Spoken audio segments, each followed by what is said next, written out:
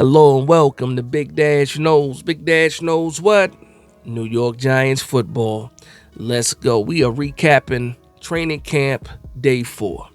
Yesterday, the New York Giants were off. That was Saturday. Today's Sunday. Giants are back at practice. And just some quick notes before I start talking about practice is Theo Johnson made it back off the PUP list. Back off the PUP list today. Because we picked him up, because we activated him, we ended up waiving Nathan Rourke. He was the 4th string quarterback. The New York Giants also signed a new cornerback named Breon Borders. Not really familiar with who Breon Borders is. The only thing I did see or did read is that he is familiar with Shane Bowen's system, and also he does have 6 starts for his career. But that's all I really know about Breon Borders. Tyler Nubin also still out with the calf, tight calf. Hopefully it's not anything serious. Hopefully he can get back. The more time he's losing, missing these practices, that's a lot of experience that he's missing out on. And right now we're seeing Dane Belton, have his ups and downs, and he's doing a lot more good than bad.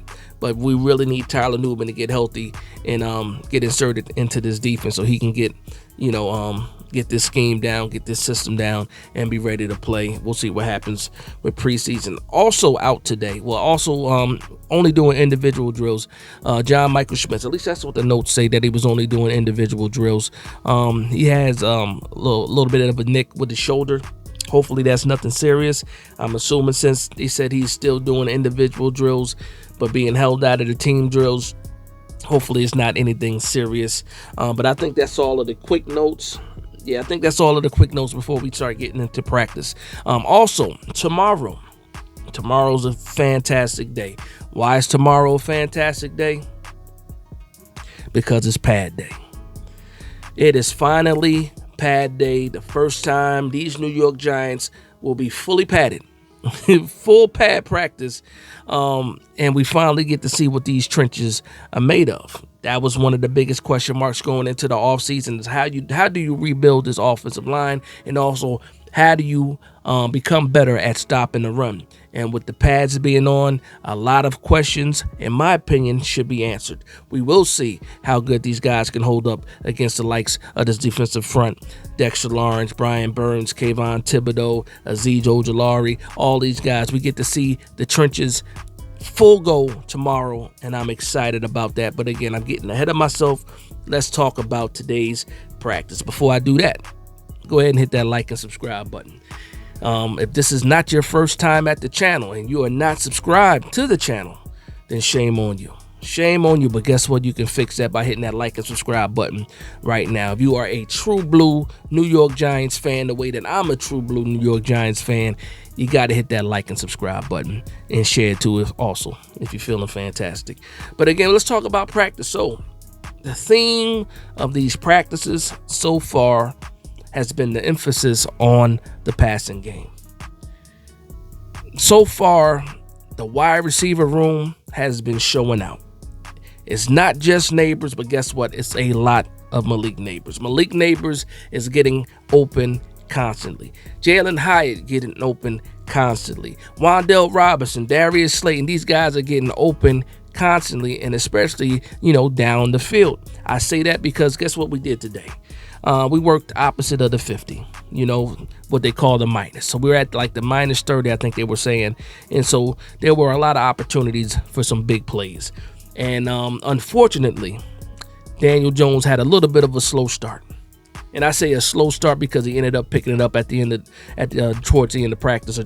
But got to keep it real, got to keep it 100. He struggled in the beginning. And guess what? Whenever Daniel Jones struggles, it becomes a highlight. It was all over Twitter. The misses to Hyatt, the misses to Neighbors, all over Twitter. And guess what? Yes, they were bad misses. They were underthrows. There was one where Neighbors beat double coverage. He beat the cornerback and he beat the safety. The ball just pretty much died at the 5-yard line. He tried to make the adjustment to make the catch to come back and get it, and it couldn't happen. But had that ball been thrown where it needed to be, he walks into the end zone.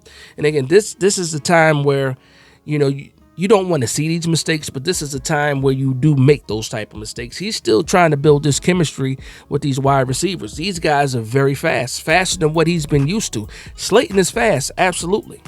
But when you got Neighbors and Hyatt getting open that quick, you got to be able to build that chemistry to be able to find these guys, deep. And could it be processing? Could it be anticipation? It could be a lot of things. But one thing you can't blame it on is the wide receivers getting open, because these guys are getting open. And again, these two passes that I want to highlight were short and, kind of underthrows. But again, Jones picked it up a little bit later, and I'll get into that. I did like that the first completion was to Theo Johnson. So fresh off the pup list, right into the fire, right into the 11 on 11. First completion of the day to Theo Johnson for a first down. Fantastic. Wan'Dale Robinson, be doing Wan'Dale Robinson thing. He's moving around all over the place. Heavy motion, gadget guy. He's getting a lot of balls during training camp. Who else could I say? Saw a little bit of the running game today. Tyrone Tracy is making a push. Devin Singletary showing that he's a solid veteran. Eric Gray even got into the mix today. They had pictures of all these guys, during the team drills, being able to get off a little bit. But that's just the pictures. When you go into the notes, the deep dive of the notes, again, you can find all this stuff out, or you can read all this stuff, I should say, on Giants.com. Shout out to John Schmo and Dan Salomon. I haven't been talking a lot or going into detail a lot about the defense, because again, it's been the Malik Neighbors and wide receiver show the first 3 days of practice. But I will say this when I was reading the notes off of Giants.com today, I saw that the defense has been very, very active in these first 4 practices, a lot more than a lot of people have been talking about.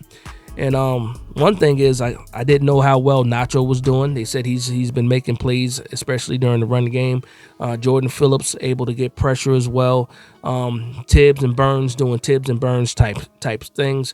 I finally got my first note from Darian Beavers. But also, we talk a lot about Malik Neighbors and Hyatt getting open, and that's the most, the most views we're seeing with these videos is Malik Neighbors, Jalen Hyatt, deep passes, catches, this, that, and the third.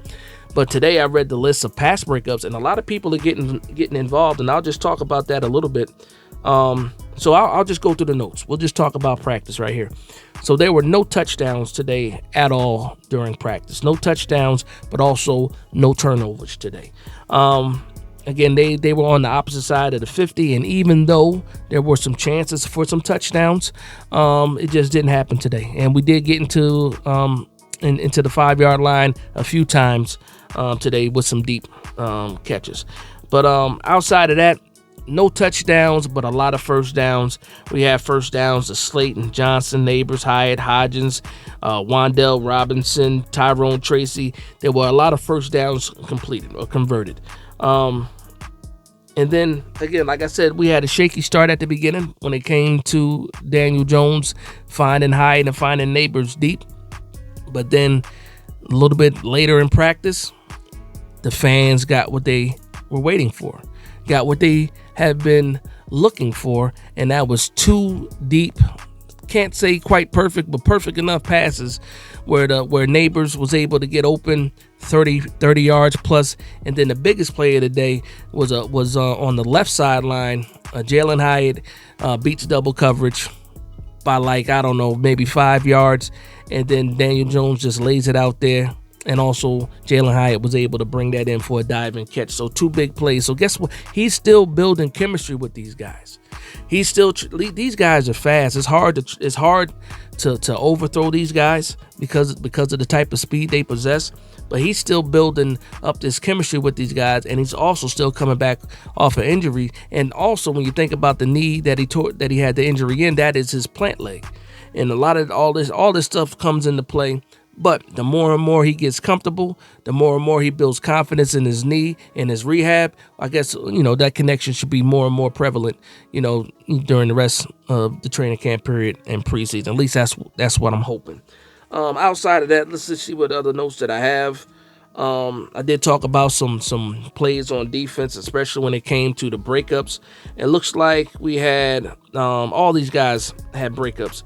So we got was it Darnay Holmes, Trey Herndon, was it Dane Belton, Pinnock, Flott. All these guys had pass breakups today. You love to hear it. Finally got some news from Andrew Phillips. It's been crickets for him, but I'm glad we finally got a chance to see that he made a play. And guess what? These guys have to step up. The secondary is young, and it has to step up. Cordell Flott was at the podium later after practice today. And it's funny too, because the beat writers just asked him a question. How do you feel about the rumors of New York Giants possibly, or the fan base wanting the Giants to go back out and sign as a cornerback too? And he pretty much is confident in himself and saying, I am that cornerback too. And guess what? You got to have that kind of confidence. You got to have that kind of confidence, especially if you're going to be a starting cornerback in the NFL. So I'm glad that he has that belief in himself. That's fantastic. But we have to see that play out on the field. And again, from what I'm seeing, the clips that I've been playing in this video so far, you're seeing Cordell Flott get cooked a little bit. But hopefully, once the pads come on, once we get into real games and guys are able to go after the quarterback, it helps the secondary out when you're getting pressure on a QB. But that's going to be my notes for the day. Shout out to everybody that was in attendance. Again, tomorrow is pad day. I'm excited about that. I can't wait to see the videos and hear the news about that. But yeah, I'm going to wrap up the video here. So I want to thank everybody for vibing with me. Please like, comment, and subscribe. And from one Giants fan to another, this is Big Dash Knows, Big Blue Nation. Let's go.